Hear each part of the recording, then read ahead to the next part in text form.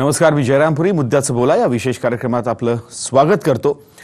कोपर्डीच्या दुर्दैवी घटनेनंतर अवघा मराठा समाज एकवटला आणि आपल्या मागण्यांसाठी रस्त्यावर उतरला. संपूर्ण महाराष्ट्र पिंजून काढल्यानंतर मुंबईमध्ये मोठ्या मोर्चाचं आयोजन झालं, परंतु काही कारणास्तव हा मोर्चा पुढे ढकलण्यात आला आणि आता हा मोर्चा 9 ऑगस्टला मुंबईमध्ये निघणार आहे. मूक मोर्चाच्या माध्यमातून मराठा समाजानं अनेक मागण्या सरकारपुढे ठेवल्या, पण या मागण्यांचं पुढे काय झालं आणि आता 9 ऑगस्टचा येणारा मोर्चा नेमका किती क्रांतिकारक ठरेल, या सगळ्या विषयांच्या अनुषंगानं आज मुद्द्याचा बोलामध्ये आपण चर्चा करणार आहोत. आपल्यासोबत नाशिकहून या चर्चेमध्ये सहभागी होण्यासाठी सहभागी झालेत प्राध्यापक श्रावण देवरे, त्याचबरोबर राजरत्न आंबेडकर आपल्यासोबत असतील, डॉक्टर बाबासाहेब आंबेडकर यांचे पंतू आणि भारतीय बौद्ध महासभेचे राष्ट्रीय कार्याध्यक्ष, त्याचबरोबर अनिल पाटील मराठा आरक्षण समितीचे आपल्यासोबत बेलापूर स्टुडिओमधून असतील आणि आनंद दवे अखिल भारतीय ब्राह्मण महासंघाचेही आपल्यासोबत पुण्याहून असतील. या सगळ्या चर्चेची सुरुवात मी अर्थातच अनिल पाटील आपल्याकडनं करणार आहे. संपूर्ण महाराष्ट्र पिंजून काढल्यानंतर मूक मोर्चाच्या माध्यमातून तुम्ही सरकारपर्यंत मागण्या पोहोचवल्या, पण त्याचं पुढे काय झालं आणि आता 9 ऑगस्टला जो मुंबईत मोर्चा निघणार आहे, नेमकं या आयोजनामागचं उद्दिष्ट सांगाल किंवा काय नेमकं हे आयोजन होत आहे? मी आपणाला प्रथमतः सांगू इच्छितो, महात्मा गांधीजींनी अहिंसेच्या मार्गानं भारतालाच नव्हे तर संपूर्ण जगाला शांततेच्या मार्गाने देखील प्रश्न सोडवता येतात हे दाखवून दिलं होतं. त्याच प्रकारे मराठा समाजाने सुद्धा महाराष्ट्रात आणि महाराष्ट्राच्या बाहेर तोच धागा पकडून अगदी शांततेच्या, शिस्तीच्या, त्याचबरोबर स्वच्छतेच्या मार्गानं एक नवीन क्रांती घडवली. बरोबर. कारण कोणत्याही समाजाचं मन न दुखवता शक्तीचं, एकीचं, अगदी छत्रपती शिवरायांच्या नंतर 350 वर्षानंतर हा मराठा समाज लाखो करोडोंच्या संख्येनं एकवटलेला आहे. या देशाला स्वातंत्र्य मिळाल्यानंतर आतापर्यंत मराठा समाज कधीही एवढ्या मोठ्या संख्येने एकवटला नव्हता. कोपर्डीचं प्रकरण घडल्यानंतर महाराष्ट्रामध्ये मराठा समाजाच्या मनामध्ये एक अशी ज्वलंतपणे प्रक्रिया उमटायला लागली आणि त्यानंतर मराठा आरक्षण समन्वय समितीच्या माध्यमातून महाराष्ट्रातील 43 ते 44 संघटना एकत्र येऊन, त्याचबरोबर समन्वय समितीच्या बाहेर असलेल्या ज्या मराठा संघटना आहेत, आम्ही सर्वजण एकत्र येऊन कोपर्डीमध्ये गेल्या वर्षी 9 ऑगस्ट 2016ला पहिला मोर्चा काढला. या मोर्चाचं नेतृत्व कोणीही केलं नसलं तरी त्या मोर्चात तरुण, तरुणी, माता भगिनी आणि समस्त महाराष्ट्रातला मराठा समाज या अन्यायाच्या विरोधात एकवटला. आणि त्याच्यानंतर या पहिल्या मोर्चानंतर जवळपास महाराष्ट्रातील 36 जिल्ह्यांमध्ये आतापर्यंत 57 ते 58 मोर्चे अगदी शांततेच्या मार्गातून शिस्तप्रिय पद्धतीनं त्याची दखल अगदी जगाने म्हणजे बीबीसीने सुद्धा घेतली. का तर हे मोर्चांचं नियोजन एवढं परफेक्ट आणि सुंदर होतं की कोणत्याही समाजाचं मन दुखावलं नाही. मोर्चे लाखोंच्या, करोडोंच्या संख्येने झाले, तिथे कुठल्याही प्रकारचा कचरा होऊन दिला नाही. येणाऱ्या अबालवृद्धांना सुद्धा व्यवस्थित मराठा समाजाच्या लोकांनी त्या मोर्चामध्ये सहभाग दाखवून त्या मोर्चांना अनेक समाजाच्या लोकांनी पाठिंबा देऊन. नक्कीच अनिलजी, हे सगळ्या महाराष्ट्राला माहिती आहे, अगदी त्याचं कौतुक प्रत्येक स्तरावर झालं तुमच्या या सगळ्या मूक मोर्चाचं. पण आता मुंबईत जो 9 ऑगस्टला मोर्चा होतोय तो नेमका कशा पद्धतीनं होणार आहे? कसं आहे, 57 मोर्चांमध्ये आम्ही आमच्या माता भगिनींच्या, तरुणींच्या माध्यमातून शासनाला निवेदन दिलेले आहेत. शासनाने सुद्धा माननीय मुख्यमंत्री देवेंद्रजी फडणवीस असतील किंवा माननीय चंद्रकांत दादा असतील, यांच्या माध्यमातून आमच्या काही मागण्या मार्गी लावण्याचा प्रयत्न केलाय. परंतु ज्या आमच्या प्रमुख मागण्या आहेत, बर, मराठा आरक्षण असेल, कोपर्डीच्या भगिनीला न्याय असेल, किंवा अॅट्रॉसिटी कायद्यामध्ये थोडासा बदल करण्याचा असेल, किंवा मराठा समाजाचे जे विविध प्रश्न आहेत ते सोडवण्यासाठी आम्ही निवेदनं दिलेत. पण हे प्रमुख मागण्यांवरती आतापर्यंत शासनाने प्रत्येक वेळी आम्हाला न्यायप्रविष्ट बाब आहे, न्यायप्रविष्ट बाब आहे असं सांगून थोडंसं प्रश्न आमचे प्रलंबित ठेवलेत. अनिलजी, प्रत्येक मीडियानं, स्थानिक मीडियानं म्हणा, देशपातळीवरच्या मीडियानं म्हणा, किंवा तुम्ही सांगितल्याप्रमाणे आंतरराष्ट्रीय मीडियाने याची दखल घेतली, पण सरकारनं मात्र अजून दखल घेतलेली नाही आणि त्यासाठी तुम्हाला मुंबईत यावं लागतंय. मी राजरत्न आंबेडकर आपल्याकडे येईन. काय तुम्ही या संदर्भात सांगाल? किती क्रांतिकारक ठरेल असं वाटतंय हा 9 ऑगस्ट समोरच्या मुद्द्यावर बोलण्यापूर्वी मी थोडंसं क्लेरिफाय करू इच्छितो की सरांनी जे नाव घेतलं, मोहनदास करमचंद गांधी यांनी कधीही शांततेचा पुरस्कार केलेला नाही. त्यांचं आपण डू ऑर डाय, करो या मरो हे विधान जर ऐकलं तर ते शांततेचा पुरस्कार करणारे नाहीत. मी मराठा क्रांती मोर्चाचं अभिनंदन करीन की त्यांनी बुद्धाच्या मार्गाने शांततेचा मार्ग स्वीकारला. एवढंच नाही तर बुद्धाचा भगवा रंग त्यांनी त्यांच्या प्रमुख याच्यामध्ये वापरलेला आहे. बुद्धाच्या मार्गाने, शांततेच्या मार्गाने त्यांनी हा क्रांतिकारक मोर्चा आरंभ केलेला आहे. त्याबद्दल आम्ही स्वतः भारतीय बौद्ध महासभेने त्यांना पाठिंबा दिलेला आहे की अशा पद्धतीने मराठ्यांना जर आरक्षण आज ते मागतायत, खऱ्या अर्थानं काही लोकांनी प्रतिमोर्चे काढून यांना विरोध करायचं काम सुरुवात केली होती. परंतु आम्ही लोकांना सांगितलं की प्रतिमोर्चे जर आपण काढत असू आणि त्यांना विरोध करत असू तर ही खूप मोठं दुफळी समाजामध्ये निर्माण होईल. आज मराठा समाज जो स्वतःला शासक म्हणून घेत होता, इतके वर्ष शासक म्हणून घेत होता, त्याला जर जाणीव निर्माण होत असेल की अरे आम्ही शासक नाही आहोत, तर याच्यामध्ये त्यांना जाणीव निर्माण होत असेल तर त्यात आम्ही मध्ये काय यावं. आणि म्हणून आम्ही लोकांमध्ये जनजागृती केली की आज मराठा वर्गाला त्यांना शाश्वती झालेली आहे की आम्ही शासक नाही आहोत. आम्हालाही आज या 70 वर्षामध्ये या सगळ्या आझादीच्या, सगळ्या स्वातंत्र्याच्या वर्षामध्ये आमची परिस्थिती इतकी खालावलेली आहे की आम्हालाही आरक्षण मागायची वेळ आलेली आहे. खरं तर आम्ही मराठा समाजाचं पुरस्कार करतो की त्यांना आरक्षण ते मागतायत, तर मराठा समाजाने अनुसूचित जातीलाही सोबत घेतलं पाहिजे आणि त्यांची लढाई ही सोबत आपण लढली पाहिजे. आज मराठा, खरं तर 58वा मोर्चा आपण काढत आहात असं सांगताय, ही कोणतीही अभिमानाची गोष्ट नाही. 58 मोर्चे काढून देखील तुम्हाला न्याय मिळाला नाही. आज मराठा क्रांती मोर्चा तुम्ही म्हणता, परंतु याच्यात कुठेही क्रांती मला दिसत नाही. हे मराठ्यांचे मोर्चे आहेत, हे केवळ मराठा मोर्चा आहे, त्याच्यात क्रांती कुठेही नाही. शेतकऱ्यांचे मोर्चे बघा ना, एका महिन्यामध्ये त्यांनी त्यांची संपूर्ण कर्जमाफी मिळवून दिली. तुम्ही 1 वर्ष झालं अजूनही लढताय आणि हे सगळं का होतंय? तुम्हाला रिझल्ट का मिळत नाही? तुमच्या मागण्या, मी कोपर्डीचा जो बलात्कार झालेला आहे त्याच्या दोषींना फाशी दिली पाहिजे ही मागणी आमची सर्वांचीच आहे. परंतु कोपर्डीच्या सोबत खैरलांजीची जे दोषी आहेत त्यांनाही सोबत एकाच दिवशी फाशी द्या ना. कोपर्डीचा वेगळा न्याय आणि खैरलांजीला वेगळा न्याय अशी भूमिका का घेतात? आरक्षणाचा मुद्दा आहे, आरक्षणाला आम्ही नाही, सगळे जाती धर्मांची लोक तुम्हाला सपोर्ट करतील, परंतु ते संविधानिकरित्या आपलं मांडलं गेलं पाहिजे. परंतु एका वर्गाचं आरक्षणातलं आम्हाला त्याच्यातलं द्या असं म्हटलं तर तुम्ही इतर जाती धर्मांच्या लोकांना आपलं विरोधामध्ये उभं कराल. आणि म्हणून मी तुम्हाला मराठा क्रांती मोर्चालाही मी आवाहन करू इच्छितो की आपले हे मोर्चे आहेत, इव्हेंट मॅनेजमेंट आम्ही किती चांगल्या पद्धतीने करतो हे सांगण्याचं हे काम नाही. तुम्ही 58 मोर्चे काढलेत आणि आम्ही किती चांगल्या रीतीने काढलेत, वर्ल्ड गिनीज बुक मध्ये नोंदवताय, परंतु त्याला रिझल्ट मिळत नसेल, तुम्हाला न्याय मिळत नसेल, तर असे तुमचे मोर्चे कुचकामी ठरलेले आहेत, निष्फळ ठरलेले आहेत. हे केवळ 15 लाख 10 लाख लोक जे युवक युवती रस्त्यावर उतरलेले आहेत त्यांच्या आशा आणि अपेक्षांचा भंग करत आहात हे आपल्याला वाटत नाही. अनिल पाटील, थोडक्यात काय याला उत्तर द्याल?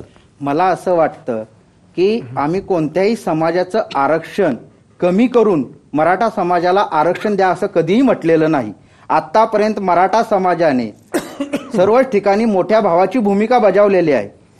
आतापर्यंत मराठा समाजाच्या नेत्यांनी महाराष्ट्रात राज्य केलं, मान्य आहे, परंतु त्यांनी आतापर्यंत आपले जी धाकटे भावंड आहेत, जे इतर समाजाचे आहेत, त्यांना आरक्षण दिली, त्यांना त्यांची प्रगती व्हावी म्हणून सुखसुविधा निर्माण करून दिल्या. परंतु दुर्दैवानं मराठा समाजातील जो काही 90 ते 95% समाज जो आहे तो शेतकरी आहे. शिक्षणापासून, आरक्षणाच्या सवलती नसल्यामुळं शिक्षणापासून वंचित राहिला. त्या समाजाला न्याय मिळाला तरच हा मराठा समाज आता इथून पुढच्या काळामध्ये प्रगती करू शकेल. तुमच्या म्हणण्याप्रमाणे तुम्ही सगळ्यांना दिलत, पण आता तुम्हाला मागायची वेळ आली आहे. प्राध्यापक श्रावण देवरे आपल्यासोबत आहेत, नाशिकहून ओबीसी नेते. श्रावण देवरेजी, काय वाटतंय, मराठा मोर्चा किती क्रांतिकारक ठरेल 9 ऑगस्टचा?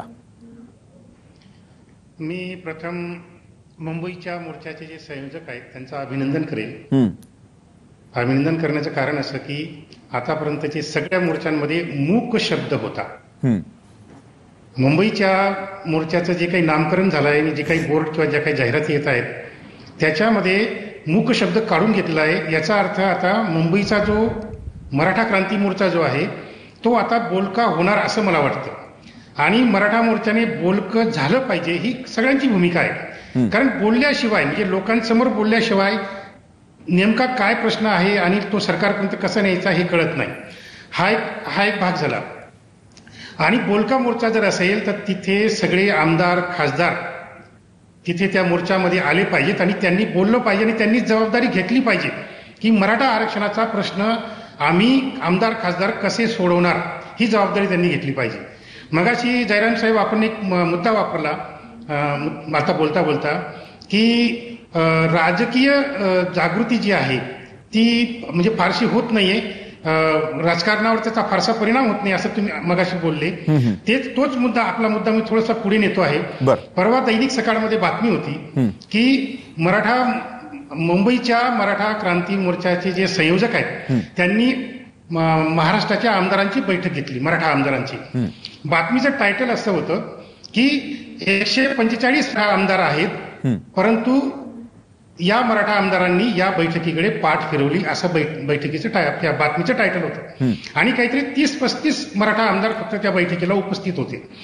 तर ही जी परिस्थिती आहे म्हणजे लाखांचे मोर्चे निघतायत, 10, 15, 20, 25 लाखांचे मोर्चे निघतायत, पण राजकीय लोकांना अजून ते गंभीरपणे वाटत नाहीत. बाकीच्यांचं जाऊ द्या, पण मराठा आमदारांना सुद्धा ते गंभीरपणे घ्यावेसे वाटत नाहीत आणि ते बैठकीला येत नाहीत.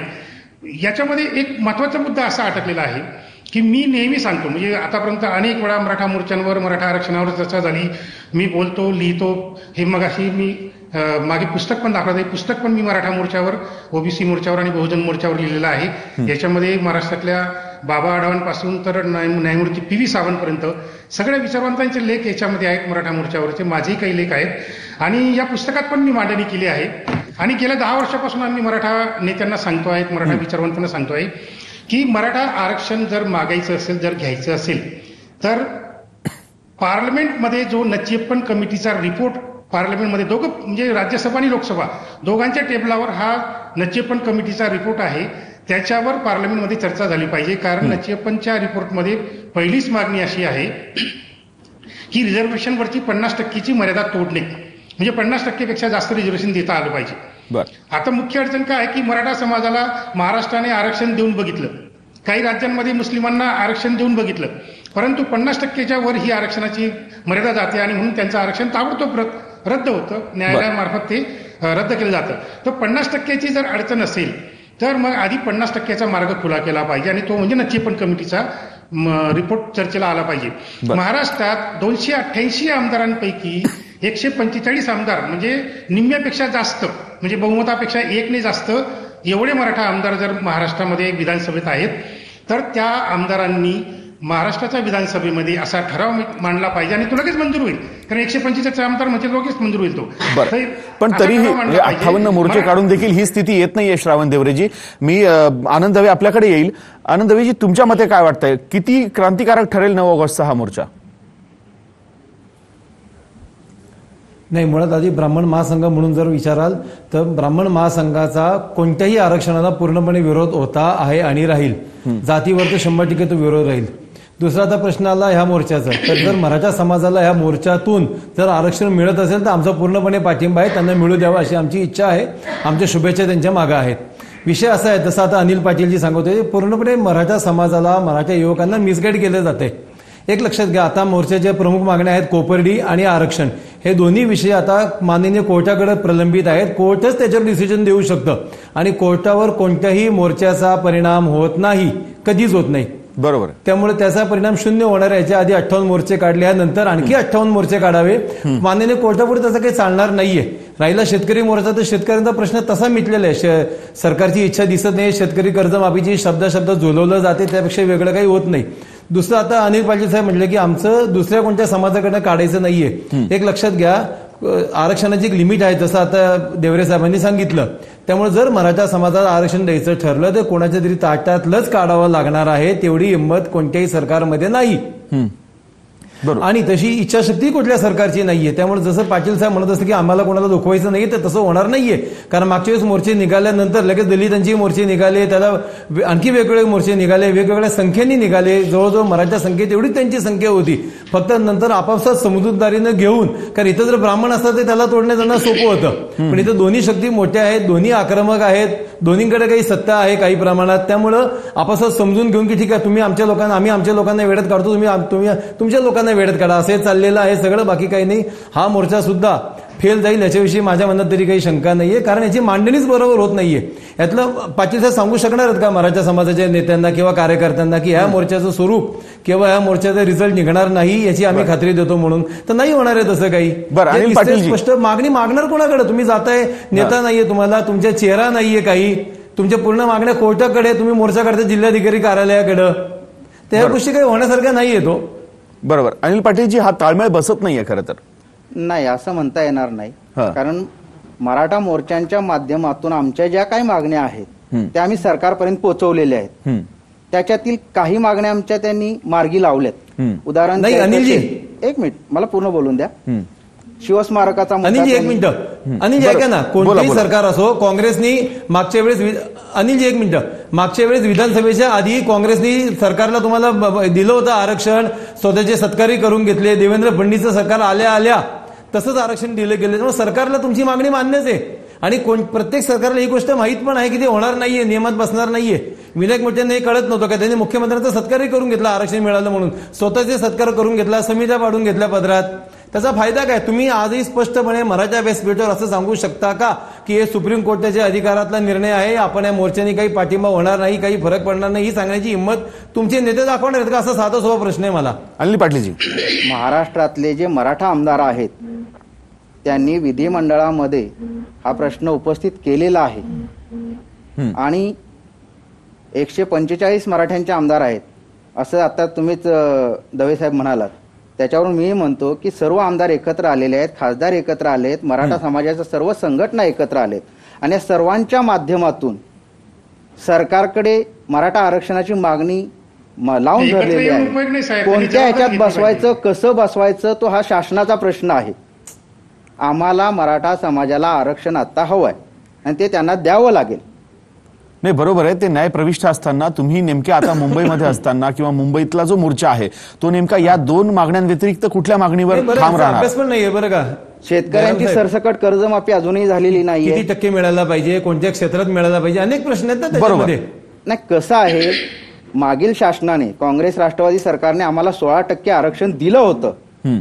परंतु जर तेच आरक्षण तामिळनाडू, आंध्र प्रदेश, कर्नाटकच्या धर्तीवर जर दिलं असतं 9अ चा वापर करून किंवा 35अ, तर त्या माध्यमातून हे आरक्षण आम्हाला मिळालं असतं. परंतु आता तुम्ही मगाशी म्हटल्याप्रमाणे 50%चा उल्लेख, पण महाराष्ट्र सरकारने 50%ची सीमारेषा कधीच ओलांडले. ज्यावेळी गोवारी समाजाला आरक्षण दिलं त्यावेळी आता महाराष्ट्रामध्ये 52% आरक्षण आहे. तर घटनेमध्ये बदल करून किंवा दुरुस्ती करून मराठा समाजाला शासनाने आरक्षण 16% हे द्यावं. बर, नक्कीच.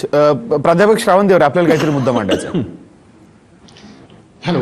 हा, बोला. नाही, मगाशी आनंद दवे साहेबांनी जो मुद्दा मांडला की ब्राह्मण समाजाच्या आरक्षणाला विरोध आहे, चांगली गोष्ट आहे. माझं तर असं म्हणणं आहे की सगळ्याच प्रकारच्या आरक्षणाला त्यांनी विरोध करावा. म्हणजे मंदिरामधले जे काही पुजाऱ्यांचं आरक्षण आहे मंदिरामधलं, तेही जर आरक्षण त्यांनी काढून टाकलं तर बरं होईल असं मला वाटतं.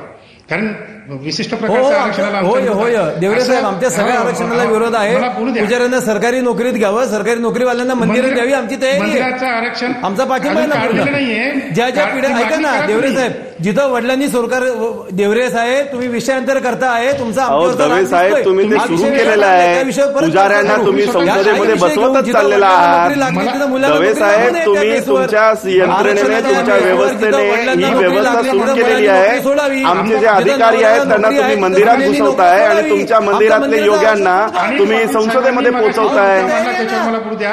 आमची सगळ्या अनिल पाटील गोष्टींची साहेबांनी तयारी आहे. मगाशी- आरक्षण सर सगळं अनिल म्हणतो, पाटील आमची साहेब- बरं आनंद दवे, आनंद दवे एक मग मिनिट. तिथं अनिल एका पाटील- घरात एकच नोकरी आहे, बाकीच्यांनी नोकरी अनिल सोडाव्या. आनंद दवे श्रावण देवरेंना मुद्दा कंप्लीट करू देऊया, मग तुमच्याकडे येतो श्रावण देवरेजी.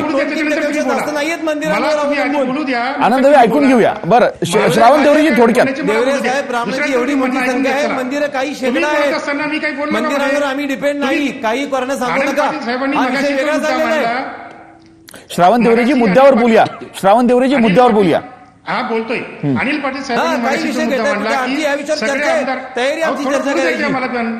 आम्हाला बोलू द्या की अनिल बरं. पाटील साहेबांनी जो मगाशी मुद्दा मांडला की सगळे आमदार मग नको ते विषयांतर सगळे करता कशासाठी? खासदार एकजूट आहेत, हे जे मगाशी म्हटले ती चांगली आनंदाची गोष्ट आहे. बरं. परंतु केवळ आमदार खासदार मराठा समाजाची एकजूट झाले म्हणजे प्रश्न सुटणार नाही. त्यांनी जबाबदारी घेतली पाहिजे.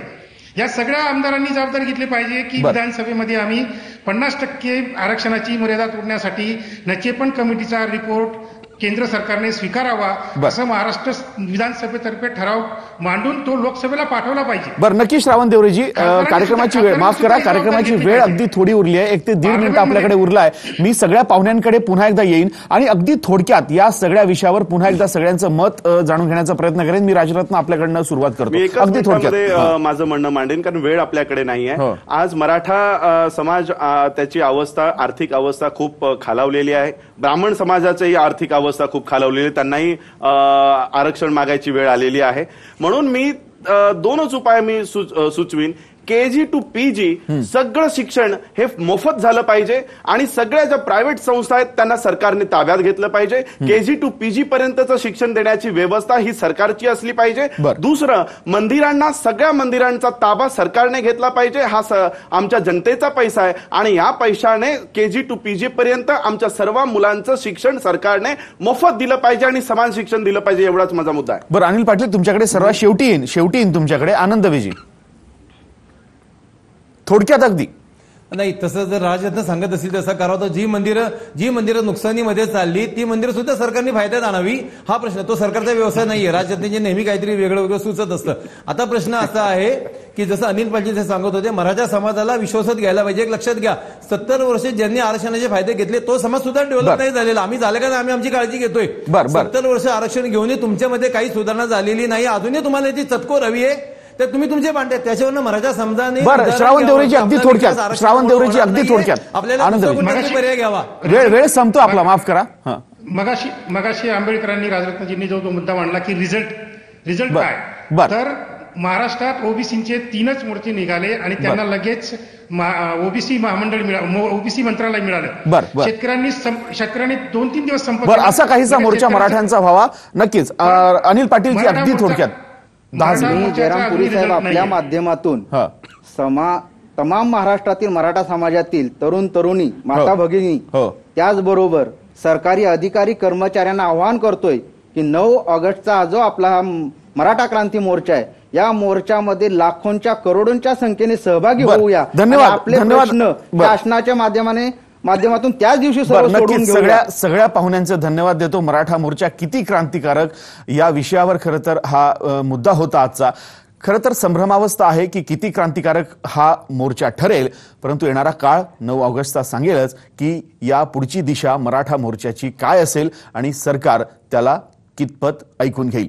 धन्यवाद. आजच्या या सगळ्या चर्चेमध्ये सहभागी झालेल्या सगळ्या पाहुण्यांचे पुन्हा एकदा धन्यवाद. मुद्द्याचं बोला या कार्यक्रमामध्ये इथंच थांबतोय. उद्या पुन्हा भेटूयात याच वेळी. नमस्कार.